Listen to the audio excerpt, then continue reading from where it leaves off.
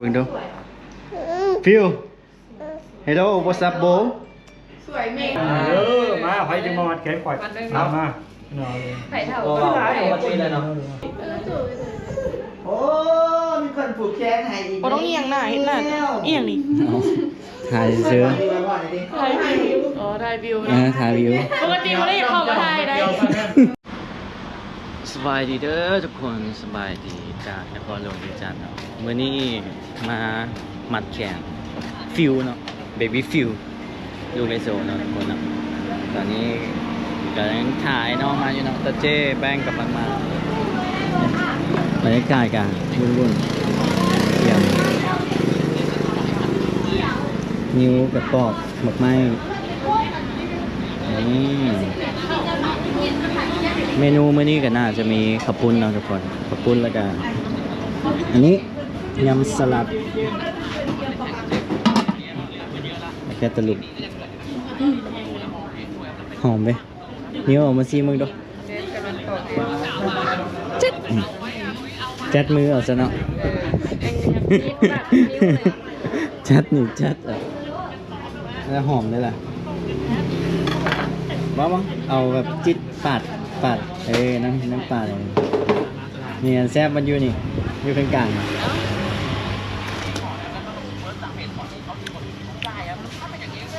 บาดไม่ขอบคุณ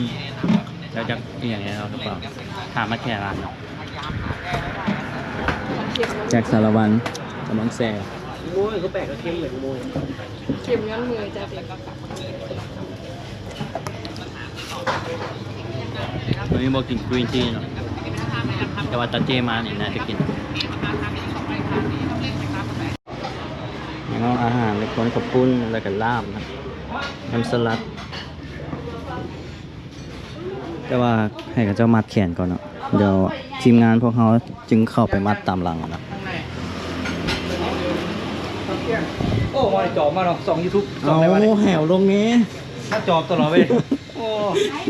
เขาว่าได้ขั้นจอบอ่ะ มามัดแขนหลานเลยแต่ประมาณนี้ตัดออกจากไอ้น้องเนาะก็เลยเฝ้ามา เฮ็ดเองนั่นแหละ สวัสดีพ่อสวัสดีจะนอนอยู่อ่ะ ลาบาดน้ เอ้าคือบอกลูก เอ๊ะแม่มันเอาละ เอ้าก ำลังตั้งอยู่คนที่สอง โพนที่ ำเดี๋ยวเขาประกาศ อย่าบึ้งตาเขากะ ฟิว ท้ายกดหนีดีกดโอฮะท้ายกดหนีดีกดเขา กดหก เอ้ยกดเขาเขากะ ฟิว ท้ายกดหนีดีกดโอฮะท้ายกดหนีดีกดเขา กดหก เขาเก่งแฮงเออโอเค เงินหน้าเนี่ย หน้ามันแบบพอมีเรื่องตลอดเนาะไม่หลีเลย ไม่ได้เป็นเล่นนะลูกไม่ใช่ หน้ามันแบบ บัญชีเนาะ ดีแต่นี่มันเก่งอยู่ มันหาแต่อารวาสมาเมื่อกี้ แต่ว่า พวกทุกคนมาจะบ้าจะบ้าเสีย พอดีไงมาจับบีบอยหลีแล้วไปตีลังกามก่อน อันนี้กำลังงามจอดไปหัวไปหมุน สองลีโก้ห้องนี้ค่ะไอ้น้องมาก่อนจึงเขอบประมัดมาทุกคนตะเจกับมึงมา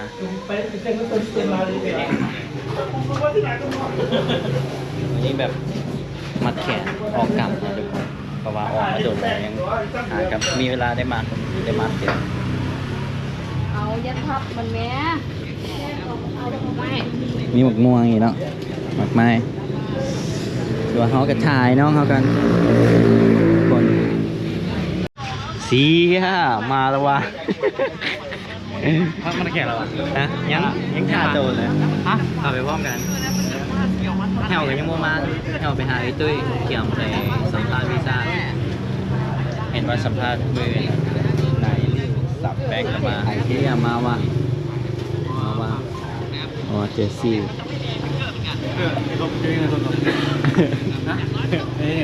โอนเดี๋ยวที่ชามไม้เหรอเงินสด ATM ใกล้ๆอยู่มองได้ปะไปจ้ะ มีน้าเนี่ยออกไปนี่เดี๋ยวพัวไปเนี่ย กดเงินกันนะทุกคนเนาะตอนนี้กับ6:42เกือบค่ำแล้วทุกคนอยู่ใกล้ๆนี่นะบอกแจกวัมเดี๋ยวกดเงินก่อนนะทุกคน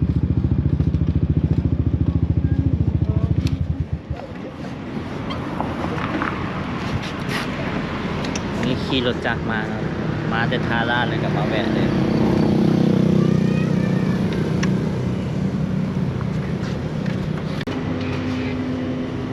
ไปกินข้าวปุ้นเนาะทุกคนข้าวปุ้นเอสโซเอสแซ่บเลย แต่ว่าสูข้าวปุ่น มึงหุ่น น้ำหอนยุสยาเนาะ เดี๋ยวมันก็คนละแบบแจ็คเนี่ยโชว์นอกกระลำปีเนี่ยซะเส้นข้าวปุ้นอยู่สิอ๋อเส้นข้าวปุ้นอยู่นี่แจ็คเดี๋ยวขอแน่โบหัวหนึ่งพอ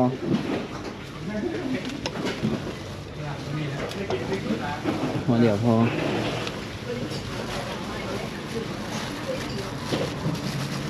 หัวมันอยู่เสร็จแล้วมันจะเป็นหัวหลายพูดได้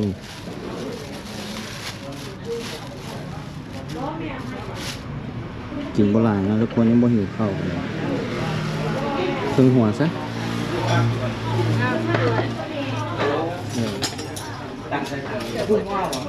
บ่กินบวมอย่างนี้ มาชอบ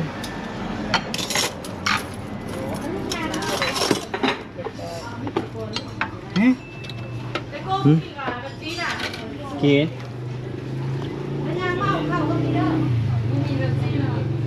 ป้าเราจะกินข้าวปุ้นในโซดนเลยนี่แซ่บพอละซองกินแห้งพอดีละ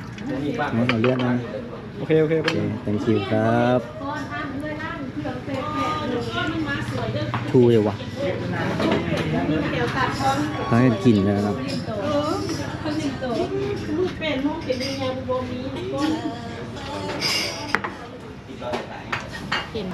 ใช่ถามประกาศแต่ว่า อาจจะมืดเนี่ยเนาะ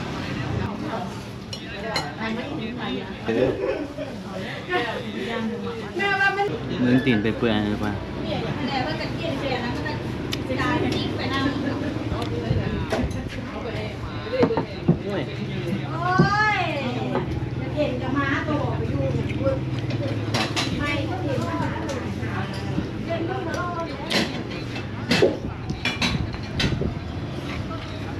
เบิ่งดูฟิว Hello what's up bro สวยเมงเบิร์ดออกมาเลย ตาเบิ่งกล้องนี่ได้ฮะตาเบิ่งกล้องนี่อุ้ยมากินมือตัวเองโอ๊ตหน้าแบบมีเรื่องตลอด คือแป้งไปเลยผูกแขน หน้ามีเรื่องตลอดหุ่น ไปเอากล้อง หน้ามีเรื่องเว้ยนี่คือหน้ามีเรื่องใช่ปะ เขายังไม่ผูกแขนให้ หุ่นน่ะอุ้ยเบิ่งกล้องนี่ได้นี่อีหลีได้แม่นเอ้าเบิ่งกล้องอีกเด้เนี่ยเอ้าเบิ่งกล้องนี่ ฟิวนั้นเลยปากดูเราเห็นจุ๊ โอ้มีคนผูกแขนให้อีก ต้องเอียงหน้าเห็นหน้าเอียงนี่ เอาถ่ายซื้อ ถ่ายวิวอ๋อถ่ายวิว ถ่ายวิว ปกติเขาได้เข้ามาถ่ายได้ เพื่อให้อันเอฟซีอยู่ในซองเนี่ยครับ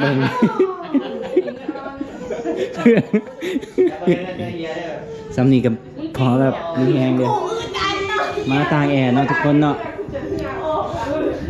มันบ่ได้มัดแขนเนี่ยแต่เจเข้ามาท่าเหี่ยวมาเนาะทุกคนท่าเหี่ยวมากันมัดแขนฮะ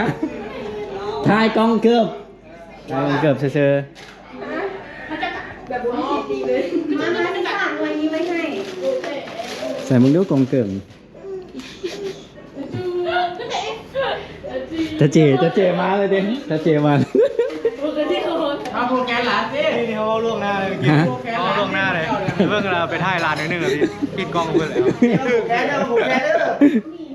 อ ถ่ายแฮวก่อนแฮวมาแล้วอ่ะมาเขามาอยู่ในนี่เป็นตะยูเนาะมาพี่แจ็คเนาะ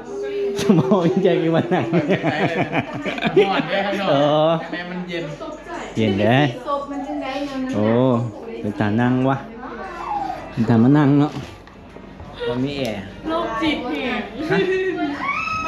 กินน้ำอะไรไปเอาน้ำให้เลย ข้างนอกมันห้อนไอ้บอกแล้วให้มันนั่งข้างใน พี่แจ็คบอก แล้วเลยว่ะใส่บุญ แต่เราฟังมาเลย สามท้องคุณซะคุณแต่งหน้าครับพี่แจ็คเป็นหมูชิ้นตั้งแต่มันอยู่ท้องกินแล้วเวลาจับน่ะ มันหูเบิ่งกล้องได้นี่เบิ่งไหมฟิว หนู ฟิ ไม่ ว ชอบหรอ คนหลายวะมาให้จับมาให้จับ พี่โอ้จับนมมีนัดไหม อย่ามาจับอย่ามาจับ แกตื่น ไปใส่มีแต่คนถามจับนมจะเดี๋ยวสูงของมันก็เห็นคือกัน บริเหตุเป็นป้าเลย มอง บ เป็น ริ ตัว เห พ่อ ตุเป็นป้าเลย แต่มันหาเห็น เราเห็นจากซีซี ใส่เบิ่งเดี๋ยวมาจับเบิ่งดูเดี๋ยวโอ้นี่แปลนเลยเว้ยเดี๋ยวมาจับเบิ่งเทสเบิ่งดู ไอ้กุ๊ก ฮะ เทียนพวกนี้เลย มาถ่ายให้ออกมาเนาะถ่ายให้ออกมาแล้วก็มัดใส่แล้วเงินที่มัดแทนให้หลานใส่เบิ่งคือว่าเกี่ยมเงินมานะเกี่ยมเงินนะ บอกยังไงบอกเกี่ยมแล้ ใส่ ร้านเนาะ เออ ร้านคนแรก หลานคนแรก ก็ต้องไฮไลท์ แน่นอนว้าวสาวพัน ฮะบอส พันกี่บาท โซกับเมซ่า ว้าวยาวอันนี้ เอาไว้ใหญ่มา มาใส่มินซื้อกันเลย เออนี่2,000ค่าขนมกันเลยยังว่ายากเลย ขนมหลานก็ได้ซะ เป็นเพิ่มเป็นสีทรงงามกว่าถัดตัว ไปลบเอ้า แต่ว่ามันโอเค แนมเลยฟิว แบบพวกจะปูติบ้านเลย เฮ้ยใหญ่มาเนี่ยสัตว์ป่าเด้อ แต่มันจะนาน ฟิวเฮ้ยฟิว อยู่ฝั่งนี้แนมยังเบิ่ง ฟิว จี้บริเวณโบราณเลยเนี่ยแน่บริเวณ เนี่ยมาทำงานเอาไอ้เนี่ย เนี่ยมึงเสื้อขาวมาแล้วเนาะ ว่าไอ้วะเจอพี่ขาวลายหน่อย บอนาดาว อ้าวกลุ่มนี่ตอนเกิดไหมเกิดแต่หาเหมือนนะผม ส่วนหลานก็สนใจหลานมา มันใหญ่มามันเชียน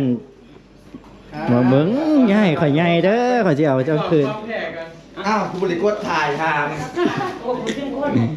เอาเจอกันแล้ว ยังไงน้องมาผม มา มันเลยวันนี้ เออ อ้าวบริเวณแหลกเงินครับ แล้วจะได้ น้ำนิดน้อยของบน โอ้ดูซับใหม่ ทำไมวะ โอ้ โทรศัพท์ใหม่เด้อจะเจ๊กับโทรศัพท์ใหม่เฮ้ยยังเชียว เหลียวว่าละเดี๋ยวเอาเงินมาต้องจ่ายแบ่งมา เอาคิวอาร์ปาไว้หันเลยมิน ปลาลูกเป็ดเผ็ดอะไรเนี่ย ไอ้เดี๋ยวพี่เปิดให้ดีมา เอาเลขบัญชีป่ะ0451200 นี่คิวอาร์อยู่นี่เลยเนาะ แจ็คแก้วโอนเด้อมันนี่เด้อ หาคอเป็นมานานมาแล้ว ยังนิ่งเด้อ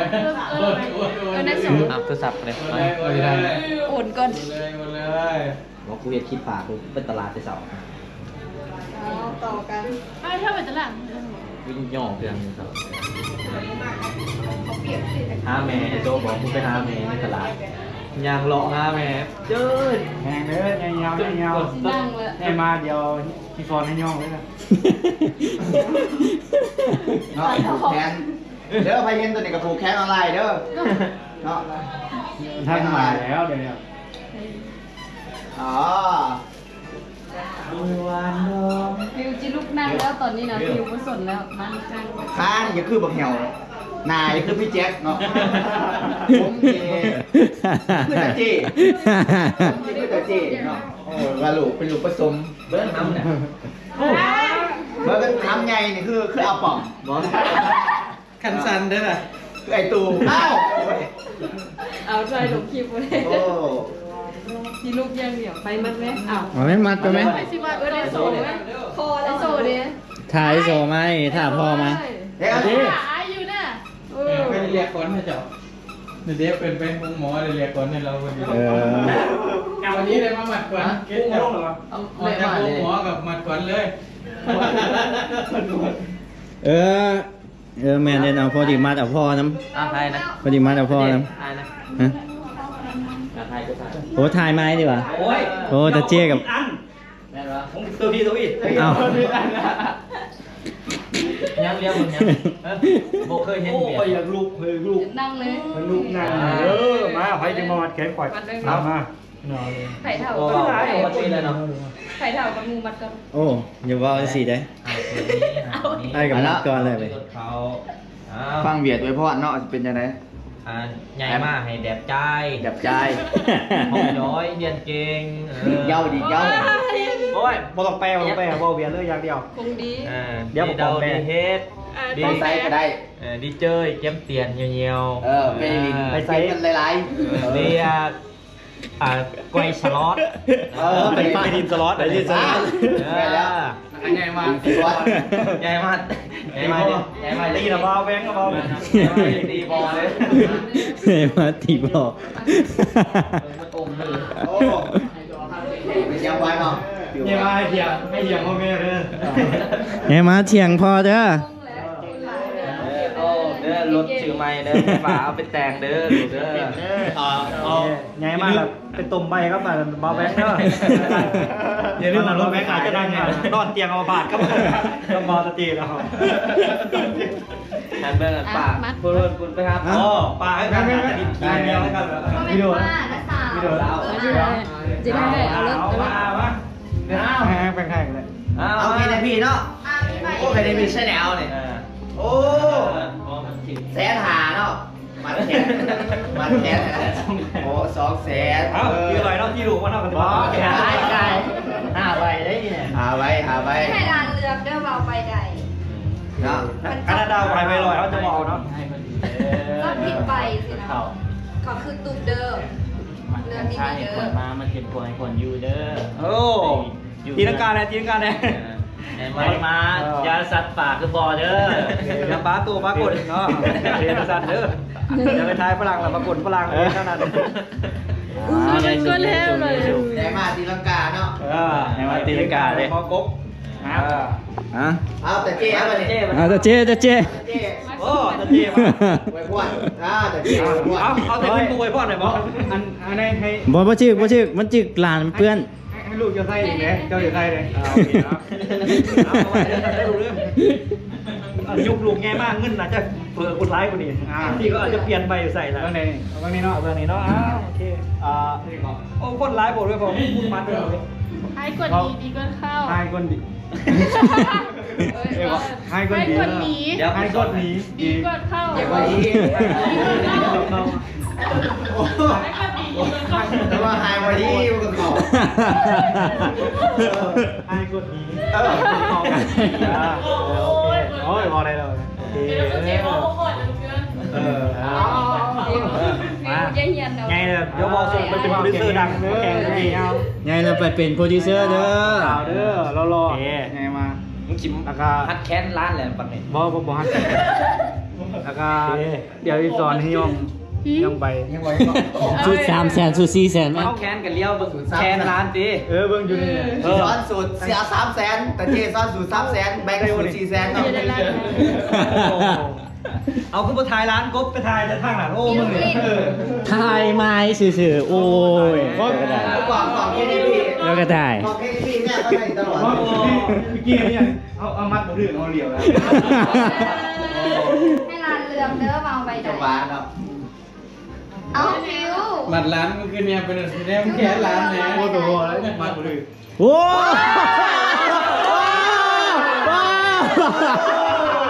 บอยแม่มันจับเอาจี บอสลูกตบลูกเลยจ้าออกเลย เรือไปยังก่อน โอเค โอ้เรือไปยัง ที่วาวอีก จังจีละลูกหักไล่กันไล่ สลัดเลยด้วยสลัดเลยดีมากเลย อายุใส่ใหม่ เราจะตื่น Amazing Thailander ว่าเมื่อกี้นี่ฟอแตกแล้วเมื่อกี้นี่ เพราะมันกำลังสิกวดแปลไปพัดแต่ว่ามันกระชุนไปบาทก่อนมินก็เลยจับเอาเลยได้เป็นควาย แม่มันยิกก่อนไงเมื่อกี้ เราไปเอาตัวป่วยตัวมือส่วนจับไป ไปเบิ่งเดี๋ยวไปรีเพลย์เบิ่ง โอเคเอาขอบใจน้องมึงทุกคนที่มามันแค่ร้านเนาะโอเคเอา เอาถ่ายรูปรวมมา มันแทงมาแทงด้วยได้ส่งมา จังหวะโบบามาก ไอ้คนชิมหัวกันนะไทยทุกคน บอกมันเด้ กลุ่มก็จะได้ไอ้อ้วนไงเลยปล่อยก็ช่องละ พอดีจุ๊บเข้าพอด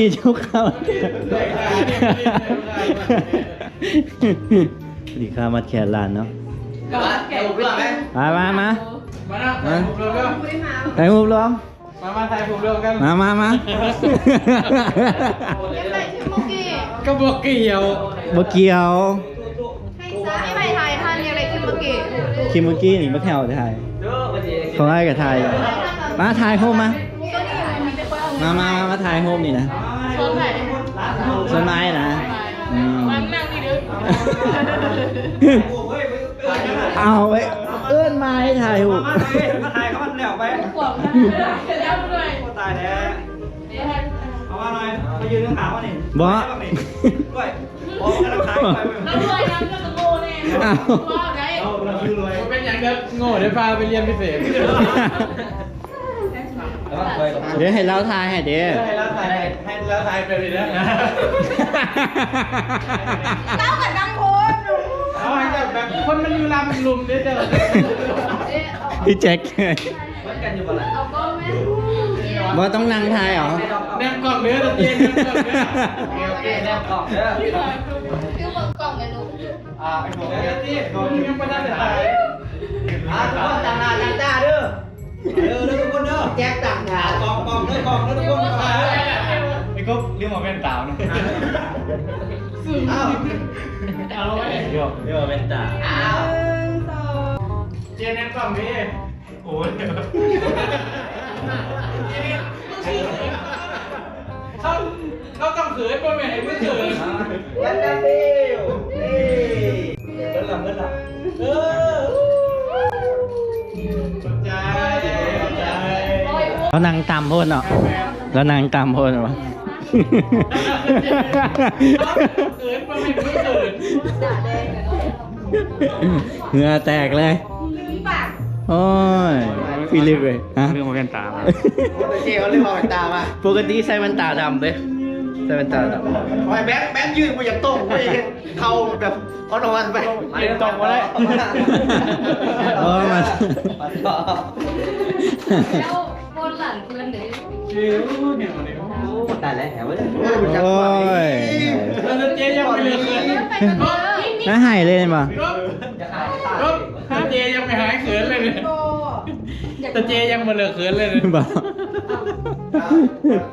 บรรยากาศ อ๋อตาเจ นี่นะถ่ายผมยาว ทำไม โอ้ยงมาบีบอยแน่นอน เพิ่นเต็มเลยที่บอกคือหนัก ปอ เอามันเยอะจริง ๆบ่อยนะ เปลี่ยนแล้ว ไงมาเป็นตีลังกาเนาะ อยากนอนเน้นแบบนั้น โอ้บึกบึกโอ้ยแน่เลย ส่วนซับแสนอยู่ใสส่วนซับแสนอยู่ใส หน้าแบบมีเรื่องขนาด จับกล้องอย่างนี้นี่ สร้างแผน เวลามันใหญ่มามันมาเบิ่งคลิปนี่พวกนี้มากวนกู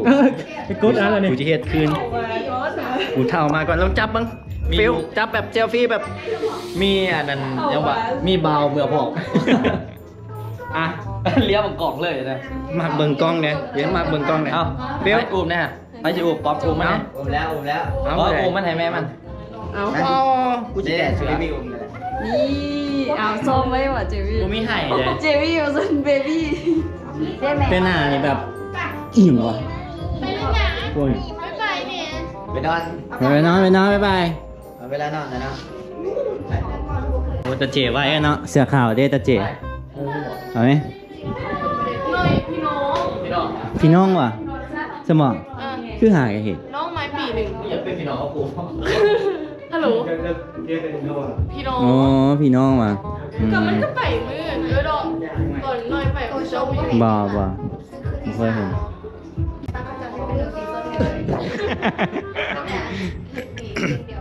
แล้วให้ไปนั่งลุมได้ต่าง จะส่งนะ กีตาร์จะบอกว่าไงครับไม่บอกไม่อยากต้องการจะบอกไงครับ โอ้ไปกินกระปุกมา แล้ว มาผูกแขนร้านนึงก็บอกมาเลย เย้โบมากินตอน โอ้ไม่กินตอน มันโห ชิวายน้องมาครบเนาะทุกคนเนี่ย คุยกันมา Yeah what's up bro yeah bro yeah bro มวนนะครบหน้าครบตาทุกคนแบบเจมส์ก็หาก็ขึ้นมาแต่ขมวนเลยมีลิขสิทธิ์ป่ะนี่มีลิขสิทธิ์ป่ะโอเคถ่ายได้เนาะบ่มีลิขสิทธิ์ ต่อสองเพื่อนโบ ไว้ ต้องถามก่อนเนาะทุกคนเนาะ ทีมเย็นก็โกรธกันมาเนาะ หาฮอดตอน9 โมงเนาะทุกคน เข้าไป เลยมัดแขนที่แท้บ่แม่นยังหิวข้าวก็เลยมาแวะ พี่กินมาเต็มหมดเลยมาเต็มพี่นี่ ตั้งใจมากินกับปุ้นเด้ เมื่อกี้ขับปุ่นแล้วเนี่ย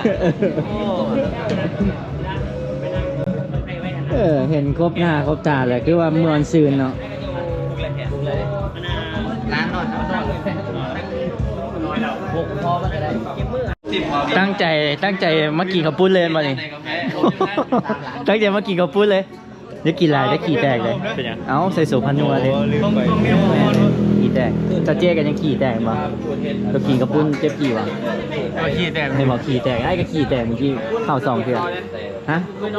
บอสเป็นน้ำอันปลาแดกน้ำปลาแดกซื่อ ว่าดีขั้นกระปุ้นซื้อมาขั้นเป็นกระปุ้นที่ไอโซเห็ดเลย ฮะ แล้วเห็ดจากยางรถเหนียว มึงนอนอย่าขึ้นนี่มึง อันนี้เมนูเนาะปิ้งกุ้งทุกคนลวก ทำยังไงไกลอ่ะ เยโบะ เจ้าลบซิมซาวีฮะ อ้าว เล่นยำใดกับ ติดเกม sorry bro เขาอ่านบริหารเขาอ่านเขากดออกเลยมันเบิด มันไม่ได้หัวห้อนฟังเอามันไม่ได้หัวห้อนมันกดออกเลย ไม่ได้หัวฮ้อน พอดีครบตีเนาะครบตีเกมเลย มาเครียดนอนน้อยใจขนาดนี้ บรินทำใด กินข้าวละนั่งไหม ไปต่อเขาโฆษณากดออกเลย เพราะมันเป็นทั้งทรงผมเด้หัวหอน ชัดเจน โอ้สิเป็นรัดจะได้ ชัดเจน เคยบอสเจไปตัดส่งอะไรเดี๋ยวเจ